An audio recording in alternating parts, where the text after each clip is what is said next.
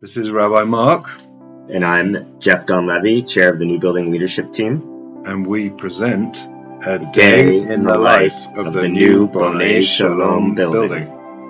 Whatever city or town you're coming from, however you come to Bonei, whether by car, bike, or on foot, as you come down Cherryvale Road and approach the roundabout, you catch a glimpse of the property that was the spiritual home of the Bonei Shalom community for over 40 years.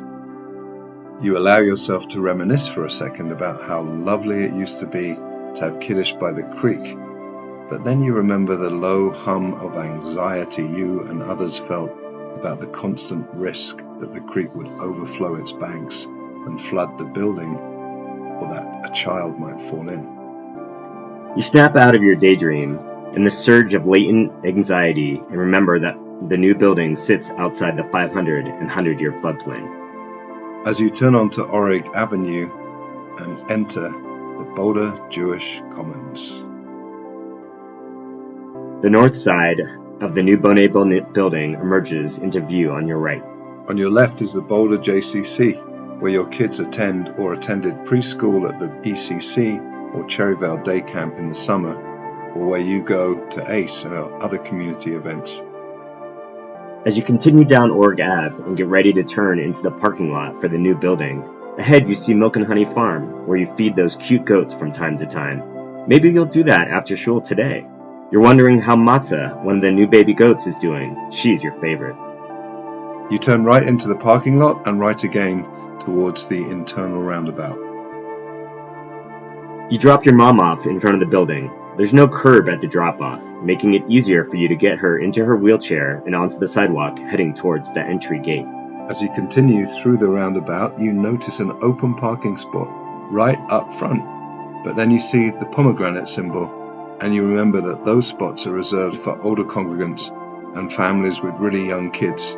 So you continue further down, you park, and perhaps you plug in your electric vehicle to one of the car charging stations. As you walk towards the building, you're still mentally processing all your uncompleted to-dos from the week. But then you see the view of Long's Peak out your right eye, the solar panels on the roof through your left eye. You start to smell the fresh lavender in the entry courtyard, and you begin to slow down to remember why you made the journey to Bonei Shalom today. This is one place you go to lift your spirits, to find joy and meaning, to be an intergenerational community, to be inspired to be your best self, and to work towards Tikkun Olam, to nourish your body and soul, to relax, to play, and to pray. You see a pole with different color arrows pointing in different directions and read the words on the top arrow. Jerusalem, 20 million amot from Boulder. For a moment you're puzzled. A moat, you ask yourself, what is that? Fortunately, there's a sign next to the pole that explains that an amma, also known as a cubit in English, is a biblical unit of measurement considered to be the length from the elbow to the fingertip. Amma is first mentioned in the story of Noah's Ark to explain the length, breadth, and height of the ark. You smile as you're reminded of all the lovely ways that this synagogue is so different from the one where you grew up, how this congregation spent months coming up with creative, whimsical, beautiful ways to infuse the new building with Jewish learning moments, art, beauty, and soul. This is one of many examples of how this community has brought the Torah and the other Jewish texts to life throughout the building. You feel a tinge of pride reading some of the National Jewish Press coverage this aspect of the new building garnered. You approach the magical entry door, adorned with Jewish symbology designed and fabricated by a fellow congregant who is a talented metal artist. Before you pull open the door, you say, Shabbat Shalom, to Marcus, the security guard. You open the gate and enter in.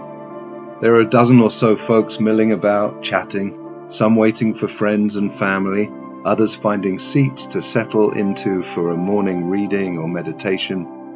You remember a recent conversation you had with Jesse David about the weekly Friday afternoon young family gatherings that happen in this very spot. He was saying that 15 to 20 young families routinely gather here right after the JCC ECC closes at 4 p.m. on Fridays for a brief pre-Shabbat program. The beautiful new building, combined with the convenient time and location and kid-friendly vibe, have attracted families that weren't previously synagogue goers. Many of the families pay a regular drop-in fee to enjoy a glass of wine or sparkling water and some snacks.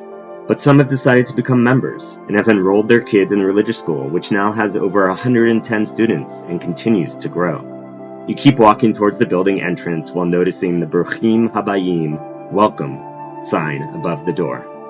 You do feel welcomed here, in ways that you never did at other synagogues. Your mother, who lives out of town, also feels so welcome here every time she visits that she contributed to the Grandparents Campaign to help support the new building capital campaign. You enter the community court, the beating heart of the new building, the place where folks gather during the week to work, to play mahjong, or just to meet up and chit-chat with friends. You walk around the room, greeting new and old friends. Some you never used to see on Shabbat at the old shul. You stop for a moment to review the books on the bookshelves and see that a new book is featured as the book of the month. You continue to move around the room, surveying the scene. Next, you see a digital signboard with a list of various Shabbat activities you could participate in addition to the main service in the sanctuary. Most of the options are happening in the program and education wing, so you walk over there to see what's going on. There's a different activity happening in almost every room. You peek into the Beit Am, where a yoga class is just wrapping up. Shoot, you missed it this week, but make a mental note to get out of the house earlier next Shabbat so you can give it a try. You've heard great things from your friends about Jenna Tzadeka and Karen Robinson's Shabbat morning and Rosh Chodesh classes. But you could still catch the Avodat Lev service, an alternative spirited Shabbat morning service that's in the Beit Am starting in only 5 minutes at 9:30. There's a Torah study class in room Aleph, and the Boulder Orthodox Minyan is once again renting room Bet. You've never been to an Orthodox Minyan, but you're curious. You peek into the young kids and family room to listen in for a moment to the Shabbat Shalanu program. Next, you peek into the older kids' playroom, where some of the 2nd, 3rd, 4th and 5th graders are practicing their bibliodrama play. You smile as it fully sinks in at how Rabbi Mark's inspiring vision of the new Bonei Shalom being a center for Jewish life, engaging people on Shabbat and holidays in multiple ways, and then bringing them together for a celebratory Kiddush really did come true. You realize you could use a bit more caffeine, so you head back towards the community court where the coffee and tea bar is located. On your way, you notice pictures are up on the wall from the big Purim carnival and spiel. A smile spreads across your face, and you chuckle slightly as you reminisce for a moment. At the coffee and tea bar, you scan the options. Let's see, cold brew Ozo coffee or the Jewish calendar tea of the month. As you pour your beverage of choice, the donor wall catches your eye, and you feel so much gratitude that the community came together to raise what was needed to make the dream of a new building a reality. You also know that everyone needs to continue to support the shul's operating budget to maintain all the incredible services and programs being offered by staff and lay leaders. Yes, dues have gone up slightly, but thankfully there's an endowment that was created to support the operating costs of the new building. And the new building really has increased the value of a Bonnet membership and attracted new members. You realize your mind is wandering again, and you really don't want to be thinking about money on Shabbat. You remind yourself to go online after Shabbat to donate to support the coffee and tea bar, and then you find your friends back in the entry courtyard and spend 40 minutes catching up on all that's transpired since last Shabbat.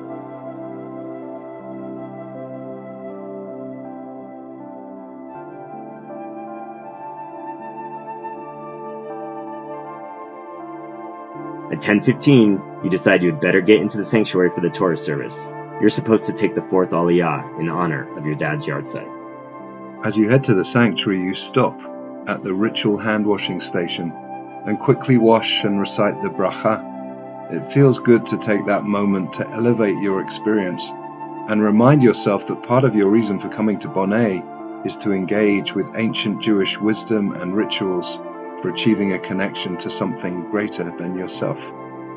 Entering the sanctuary, a friendly greeter welcomes you and hands you a Siddur and Chumash.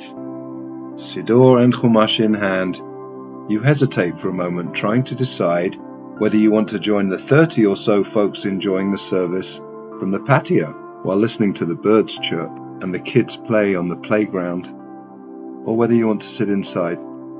Both options are great. You decide to sit inside next to that new friend you met last week at the Bar Mitzvah. As you wander down the back aisle, you admire the hand-blown glass Nir Tamid designed and fabricated by a fellow congregant who's a talented glassblower. The handcrafted Nir Tamid is one of many touches that give the new building its Hamish, uniquely Bonei Shalom feel. As you walk to your seat, you take a glance at the yahrzeit plaques, and you see your dad's name. You're happy to be here today to honor his memory. Your mind wanders from there to the amazing energy of last Shabbat when the acoustic partition doors between the sanctuary and social hall were opened so that over 220 congregants and special guests could be there to witness one of Bonei's youth as they read from the Torah and stood on the threshold of adulthood. Lador Vador. The synagogue felt full that day, but then you remember it was less than half the number of people that attended high holiday services in the new building earlier that year. Rabbi Mark's inspiring drash ends, and then Daniel Turgel leads a quick Musaf service. A dozen or so kids in the religious school leave the community in Adon Olam, and services conclude at 12:15 on the dot. The sanctuary empties in three directions. Some head to pick up their kids who've been playing in the program education wing. Some head outside to greet friends, and you exit the sanctuary back through the main doors and turn left into the social hall. The first thing you notice in the social hall is the placard highlighting the sustainability features in the building. You're really glad that the community chose a focus on sustainability as one of its key design guidelines. Building a new building with a heat pump heating and cooling system and solar panels allows the community to live its Tikkun Olam values. You're honored to lead Motzi today, since you helped sponsor the Kiddush meal in honor of your dad's yahrzeit. After the blessing, you get in line and load up your plate with the delicious organic vegetarian food Karen Robinson and the kitchen volunteers so lovingly prepared, being careful not to take more than you're really going to eat, of course. Your plate in hand, you walk through the social hall. You find your mom and tell her you're going to sit outside. You exit the building onto the patio, where there's plenty of room to congregate and to dine. There's no creek at the new Bonei, and you naturally miss that some, but there's more than 2.5 times the outdoor space there was east of the creek at the old Bonei. You pause for a second to watch the kids playing on a Jewish-themed inspired playground. You remember seeing that idea as one of 60 plus that were presented in January and February of 2024, and you are grateful that this placemaking idea got implemented. You can hear the joy radiating from the kids as they make their way through the Reed Sea feature, past Noah's Ark, up Mount Sinai, and then slide down. You decide to eat your lunch from the raised concrete platform on the edge of the lawn in the southwest quadrant of the yard, so you head over there. You really like the view from here, looking back towards the building. You often meet some of your other Bonei bandmates here to eat your Kiddush meal and to talk about Jewish music.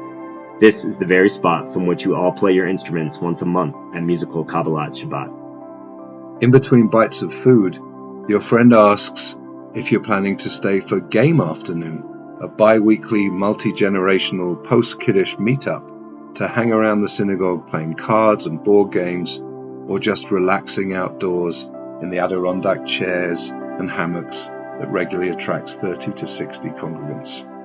You can't stay today, but before you leave, you take your child and wander down the nature path to one of the garden nooks and just take a few moments together. Your child cries. They really want to stay and play. They're having so much fun. You smile as you realize once again that Bonei Shalom is such a unique place, a unique community, a place kids want to be. This is definitely not the shul you remember from your youth.